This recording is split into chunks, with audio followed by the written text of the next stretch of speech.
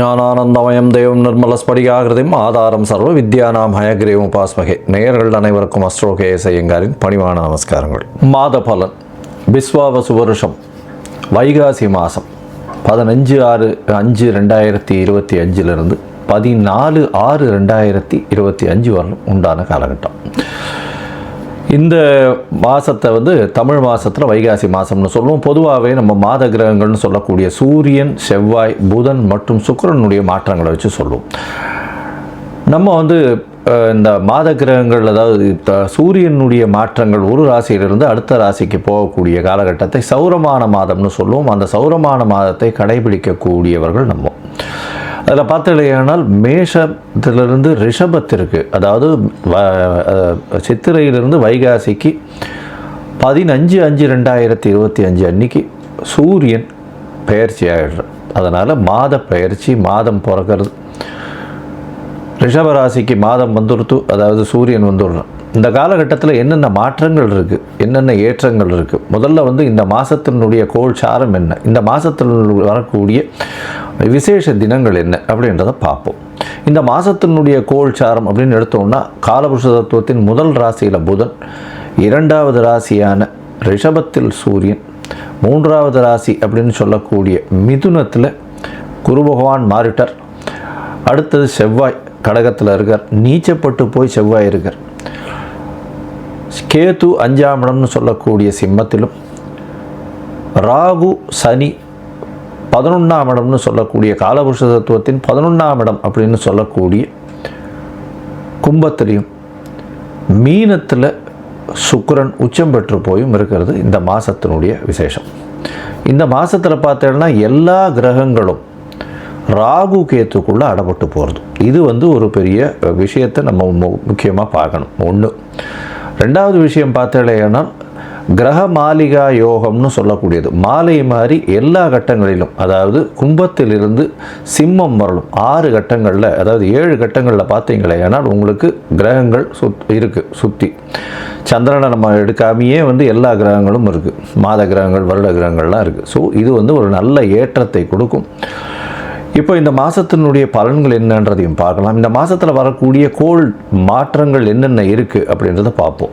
இந்த மாதத்தில் பார்த்தீங்கன்னா புதன், அதாவது மாத கிரகத்தில் பார்த்தீங்கன்னா புதன் அடுத்த நாளே 16ஆம் தேதியே 16/5/2025 அன்றைக்கே மேஷத்திலிருந்து ரிஷபத்துக்கு போயிடுறார். அதை தவிர இந்த மாத கடைசி அப்படின்னு சொல்லக்கூடியது 2/6/2025 middle of the Tamil month 2ஆம் தேதி 6ஆம் மாதத்து அன்றைக்கி ரிஷபத்திலிருந்து மிதுனத்துக்கு போயிடுறார் புதன், ஆட்சி பெற்று போகிறார். சுக்கிரன் இந்த மாதத்தில் மாற்றம் இருக்குது. சுக்கிரன் ஒரு 15 தேதி, அதாவது 31/5/2025 அன்றைக்கி பார்த்தோன்னா சுக்கிரன் மீனத்தில் உச்சம் பெற்ற சுக்கிரன் மேஷத்துக்கு மாறுறார். செவ்வாய் நீச்சத்தில் இருக்கார். இந்த மாதத்தினுடைய கடைசியில், அதாவது கிட்டத்தட்ட 8/6/2025 ஒரு வாரம் முன்னாடி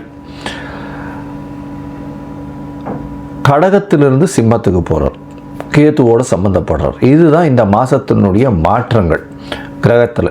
இந்த மாதத்தில் வரக்கூடிய விசேஷமான நாட்கள்னு பார்த்தோம்னா, இந்த மாதத்தில் வைகாசி அமாவாசை, எப்பொழுதுமே சூரியனும் சந்திரனும் சேரக்கூடிய இந்த 0 பாகைன்னு சொல்லக்கூடியது வைகாசி அமாவாசை. ஒரு நல்ல ஏற்றமான தினம். முன்னோர்களுக்கு திதி கொடுக்க வேண்டிய தினம், முன்னோர்களை பற்றி நினைக்க வேண்டிய தினம். வேறு எந்த ஒரு விஷயத்தையும் இந்த காலகட்டத்தில் எடுப்பது சரியல்ல. புதிய விஷயங்கள் ஏதாவது எடுக்கணும்னா இந்த காலகட்டம் சரி கிடையாது. அமாவாசை தாண்டி தான் எடுக்கணும். அடுத்தது பார்த்தீங்கன்னா இந்த மாதத்தில், அதாவது 27/5 அன்றைக்கி அமாவாசை வருது. 28/5 அப்படின்னு பார்க்கும்பொழுது 2025 அக்னி நட்சத்திரம் நிவர்த்தி வருது. அக்னி நட்சத்திரம் அப்படின்றது கிட்டத்தட்ட ஒரு 26-28 நாள் வரும். சூரியனுடைய பிரவேசம் கிருத்திகா நட்சத்திரத்திலிருந்து ரோகிணி நட்சத்திரம் வரலும் போகக்கூடிய காலகட்டமாக இருக்கும். ஒரு வருஷம் வரக்கூடியது. இந்த 26 நாட்கள் வெயிலின் தாக்கம் அதிகமாக இருக்கக்கூடிய காலகட்டம்னு சொல்லுவோம். இந்த காலகட்டத்தில் முகூர்த்தங்கள்லாம் வைக்கிறதில்ல, சுப முகூர்த்தங்கள்லாம் பொதுவாகவே வைக்கிறதில்ல. ஏன்னா அக்னி நட்சத்திர காலங்கள் எடுக்கிறது கிடையாது. சரி, அடுத்தது பார்த்தீங்கன்னா வாஸ்து நாள் வருது. வாஸ்து கண்விழிக்கும் நாள் அப்படின்னு சொல்லக்கூடியது இந்த காலகட்டத்தில் வருது. அது 4/6/2025 அன்றைக்கி வருது. 9:05 10:35 1 மணி நேரம் 30 நிமிஷம் 90 நிமிஷம். பொதுவாகவே வாஸ்து கண் விழிக்கும் வேளையில் பார்த்தாலேயானால் 5 விதமாக பிரிச்சுக்கிறோம். அதில் பார்த்தாலேயானால் வாஸ்து புருஷன் கண் விழித்து காலை கடன்கள் செய்ய முடிக்கும்னா அதற்கு பிறகு அவர் வந்து ஸ்நானம் பண்ணக்கூடிய டைம், அதுக்கப்புறம் குளிக்கிற டைம், அவர் போஜனம் பண்ணக்கூடிய டைம், அதுக்கப்புறம் வந்து தாம்பூலம் தரிக்கக்கூடிய நேரம். இது எல்லாமே 18 நிமிஷமாக பிரிச்சுடுறோம். இதில் வந்து கடைசியில் இந்த 10:35 மைனஸ் ஒரு 36 நிமிஷம் பார்த்தாலேனா 9:59 10:35 வரலாம் இருக்கக்கூடிய நேரத்தில் இந்த வாஸ்து, அதாவது தாம்பூலம் தரிக்கும் நேரமும் சாப்பிடும் நேரத்திலையும் இந்த வாஸ்து, ஏதாவது ஒரு புதிய வீடு கட்டணும், கன்ஸ்ட்ரக்ஷன் பண்ணணும், பெருசாக வாசக்கால் வைக்கணும், அதோட நிலம் பதிவு பண்ணணும், இந்த மாதிரியான விஷயங்கள் பண்ணீர்களேயானால் கண்டிப்பாக உங்களுக்கு ஏற்றத்தை கொடுக்கும். அந்த ப்ராஜெக்ட் ஆரம்பிக்கிற ப்ராஜெக்ட் நல்லபடியாக முடியக்கூடிய வாய்ப்புகள் உண்டு.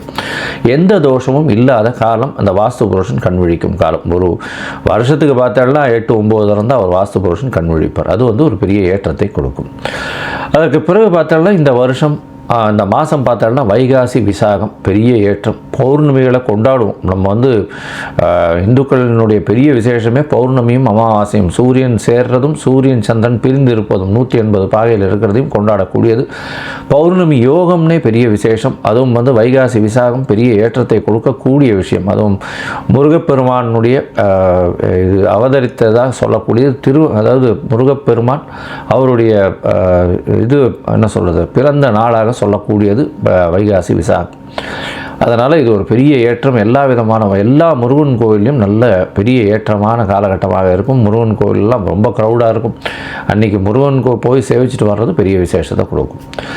சரி, இப்போ வந்து மேஷம் முதல் மீனம் வரை இந்த மாதத்தில் எப்படி இருக்குது ஒரு ராசிக்காரர்களுக்கும் அப்படின்றத பார்க்கலாம். அதற்கு முன்னாடி என்னுடைய மொபைல் நம்பர் கீழே ஸ்க்ராலிங்கில் போயின்னு இருக்கோம். உங்களுக்கு அஸ்ட்ராலாஜிக்கல் கன்சல்ட் தேவைப்பட்டதுன்னா எனக்கு ஃபோன் பண்ணுங்க. உங்களுடைய ஜாதகத்தில் நீங்கள் உங்களுடைய date, time, place of birth, உங்களுடைய பெயர், தாய் தகப்பனார் பெயர் இது வரலாம் அனுப்பி வைங்க. ஏன்னா நான் பார்க்கக்கூடிய ஜாதகத்தில் முக்கால்வாசி ஜாதகத்தில் சந்தி அதிகமாக இருக்குது. சந்தின்னு சொல்லக்கூடியது நட்சத்திர சந்தி, நட்சத்திர பாத சந்தி, லக்ன சந்தி, இதெல்லாம் நிறைய இருக்குது. மிருகசீரிஷம் 2ஆம் பாதம் நினச்சின்னு இருப்பார் ரிஷபராசின்னு. மிருகசீரிஷம் 3ஆம் பாதமாக இருக்கும். அதனால் மிதுன ராசியாக இருக்கும். கோவிலில் போய் அர்ச்சனை பண்ணுறது ஒரு 50 வயசு 55 வயசு கூட ஆகிருக்கும்.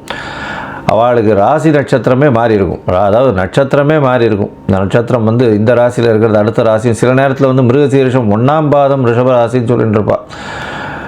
ரோகிணி நட்சத்திரம் 4ஆம் பாதமாக இருக்கும். ஸோ அதனால் வந்து முதல்ல சந்தி இருக்கான்றதை தெளிவுபடுத்திட்டு அதுக்கப்புறம் உங்களுடைய நட்சத்திரம் என்னன்றதை தெரிஞ்சுட்டு உங்களுடைய கோச்சார பலன் என்ன, கோச்சாரத்தில் உங்களுடைய நிலைமை என்ன, உங்களுடைய தசாபுக்தி அந்தரம் சூக்ஷ்மம் எந்த அளவு இருக்குன்றதை பார்த்து உங்களுக்கு உண்டான பலனை சொல்கிறேன். அதற்கு உண்டான கட்டணம் என்னன்றதையும் சொல்கிறேன். அந்த கட்டணத்தை போட்டு அப்பாயின்மெண்ட் வாங்கிக்கோங்க.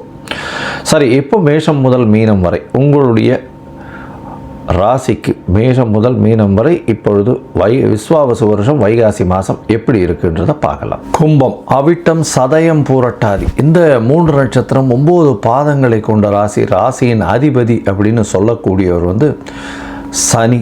சனி உங்களுடைய ராசியிலேயே இருக்கார். மென்டல் ஸ்ட்ரெஸ் இவ்வளோ நாளாக இருந்தது, இப்போ கொஞ்சம் கம்மியாகும். ஏன்னா குருவின் பார்வை நல்ல ஏற்றத்தை கொடுக்கும். இருந்தாலும் இந்த கும்பராசிக்காரர்களுக்கு அதிகமான உழைப்பை செய்ய வேண்டிய கட்டாயமாக இருக்கும். எல்லா விஷயத்திலும், அதுவும் ராகு வேற கூட இருக்கிறதுனால எல்லா விஷயத்தையும் தான் செய்ய வேணுன்ற ஒரு வேகத்தில் ஓடுவாங்க. உடல் உழைப்பு அதிகமாகும். எது எடுத்தாலும் தன்னால் செய்ய முடியும் என்ற அபரிமிதமான அதீதமான நம்பிக்கை இருக்கும். உங்களுடைய விஷுவலைசேஷனும் ரொம்ப அதிகமாக இருக்கும். குரு பார்வை இருக்கிறதுனால எல்லா விஷயத்தையும் நீங்கள் அச்சீவ் பண்ணக்கூடிய வாய்ப்புகள் உண்டு. 2ஆம் இடத்துல சுக்கிரன் உச்சம் பெற்றிருக்கிறதுனால கண்டிப்பாக உங்களுக்கு பண வரவிற்கு பஞ்சம் இருக்காது. எல்லா விதத்திலையும் பணம் வரக்கூடிய வாய்ப்புகள் நிச்சயமாக இருக்கும். இனிமையாக பேசக்கூடிய வாய்ப்புகள் உண்டு. அது தவிர வந்து குடும்பத்தில் நல்ல சந்தோஷம் இருக்கக்கூடிய வாய்ப்புகள் நிச்சயமாக இருக்கும். இருந்தாலும் எதிர்பாலினத்தவர் மூலியமாக சிறு சிறு தொல்லைகள் வரும். பார்ட்னர்ஷிப் பிஸ்னஸ் ஜாகிரதையாக இருக்கிறது நல்லது. குழந்தை பிராப்தி ஏற்படக்கூடிய வாய்ப்பு. ஏன்னா 5ஆம் இடத்திலே புத்திர காரகன் இருக்கிறது ரொம்பவும் விசேஷம். இந்த மாதத்தில் பார்த்தாலேனால் பொதுவாகவே மாத கிரகம்னு சொல்லக்கூடிய சூரியன், செவ்வாய், புதன் மற்றும் சுக்கிரன் இந்த 4 கிரகத்தினுடைய மாற்றத்தை வச்சு சொல்லுவோம். இந்த மாதத்தில் புதன் வந்து உங்களுடைய ராசிக்கு 3, 4, 5 இந்த 3 இடத்துக்கும் போகிறார். இது மேலே வந்து பார்த்தாலும் 5ஆம் அதிபதியும் 5ஆம் இடத்துல ஆட்சி பெற்று குரு புத்திர காரகனும் புத்திர ஸ்தானத்திலேயே போயிருந்து புத்திர ஸ்தானாதிபதியோடையே சேர்ந்து இருக்கிறது கண்டிப்பாக இவ்வளவு நாளாக குழந்தை பிராப்தி இல்லாமல் கஷ்டப்படுறவாளுக்கு நிச்சயமாக குழந்தை பிராப்தி ஏற்படக்கூடிய வாய்ப்பு மிகவும் அதிகமாக இருக்குது. அது தவிர பார்த்தீங்கன்னா உங்களுடைய ராசிக்கு கும்பராசிக்காரர்களுக்கு 4-9ன்னு சொல்லக்கூடிய ஒரு கேந்திர கோணத்தின் அதிபதியான சனி, அதாவது சுக்கிரன் உங்களுக்கு ஒரு பெரிய ஏற்றத்தை கொடுக்க போகிறவர். அவர் உங்களுடைய ராசிக்கு 2ஆம் இடத்துல உச்சம் பெற்று போயிருக்கிறதுனால எந்த விஷயத்திலையும் வெற்றி பெறக்கூடிய, பேச்சினால் வெற்றி பெறக்கூடிய வாய்ப்புகள் உண்டு. குடும்பத்தில் நல்ல ஒரு அமைதி இருக்கும். அதோட 3ஆம் இடத்துக்கு போகும்போது ஆண் மலட்டுத்தன்மை நீங்கக்கூடிய வாய்ப்புகள் நிச்சயமாக இருக்கும். இளைய சகோதர சகோதரிகள் மூலியமாக நல்ல ஒரு ஏற்றம் கிடைக்கக்கூடிய வாய்ப்புகள் நிச்சயமாக உண்டு. உங்களுடைய ராசிக்கு பார்த்தடையானால் செவ்வாய் 6ஆம் இடத்துல போய் நீச்சம் மாறும். இந்த காலகட்டத்தில் நீங்கள் அதாவது போட்டி கீட்டி ஏதாவது இருந்ததுன்னா கொஞ்சம் பொறுமையாக இருக்கிறது ரொம்பவும் நல்லது. முயற்சிகள்லாம் சிறு அளவு கொஞ்சம் பின்னடைவில் தங்கக்கூடிய வாய்ப்புகள் நிச்சயமாக இருக்கும். மொத்தத்தில் பார்த்தீங்கன்னா இந்த கும்பராசிக்காரர்களுக்கு இல்லை ஏற்றமான காலம், குழந்தை பிராப்தி நிச்சயமாக உண்டு. அது தவிர பார்த்தோன்னா உங்களுடைய உடல்நிலையில் நல்ல ஒரு ஏற்றம் இருக்கக்கூடிய வாய்ப்பு, தீர்க்கமான சிந்தனை இருக்கக்கூடிய வாய்ப்புகள் உண்டு. உங்களுடைய ராசிக்கு 2ஆம் இடத்தில் இருக்கக்கூடிய சுக்கிரன் மூலியமாக பண வரவு அதீதமாக இருக்கும். முயற்சிகள் எல்லாமே வெற்றி பெறக்கூடிய வாய்ப்புகள் நிச்சயமாக உண்டு. முயற்சி ஸ்தானத்தில் 3ஆம் இடத்தில் சுக்கிரன் இருக்கும் பொழுது, அதாவது ஆண் மலட்டுத்தன்மை நீங்கக்கூடிய வாய்ப்புகள் நிச்சயமாக உண்டு. படிக்கக்கூடிய மாணவர்களுக்கு நல்ல ஒரு ஏற்றம். அது தவிர பார்த்தீங்கன்னா இந்த காலகட்டத்தில் உங்களுடைய ராசிக்கு அதாவது போட்டித் தேர்வில் வெற்றி பெறக்கூடிய வாய்ப்புகள் உண்டு. அது தவிர அந்த எதிர்பாலினத்தவரோடு ரொம்ப ஜாகிரதையாக இருக்கிறது நல்லது. 7ஆம் இடத்துல கேத்து பகவான் பார்ட்னர்ஷிப் பிஸ்னஸ்லாம் கொஞ்சம் இன்வெஸ்ட்மெண்ட்டை கம்மியாக போடுறது நல்லது. முயற்சிகள் நல்லா இருக்கும்னு சொல்லும். இருந்தாலும் சந்திராஷ்டம காலகட்டம் அப்படின்னு சொல்லக்கூடியது 4/6/2025 6/6/2025 வரலும் உண்டான காலகட்டம் சந்திராஷ்டம காலகட்டம். இந்த காலகட்டத்தில் புதிய முயற்சி வேண்டாம். வெளியூர் வெளிமாநில பிரயாணம் வேண்டாம். அருகில் இருக்கக்கூடிய இந்த இதில் பிள்ளையார் கோவிலுக்கு போயிட்டு உங்களால் முடிஞ்சதுன்னா ஒரு 5 குடம் தண்ணி வாங்கி கொடுத்துட்டு போங்க.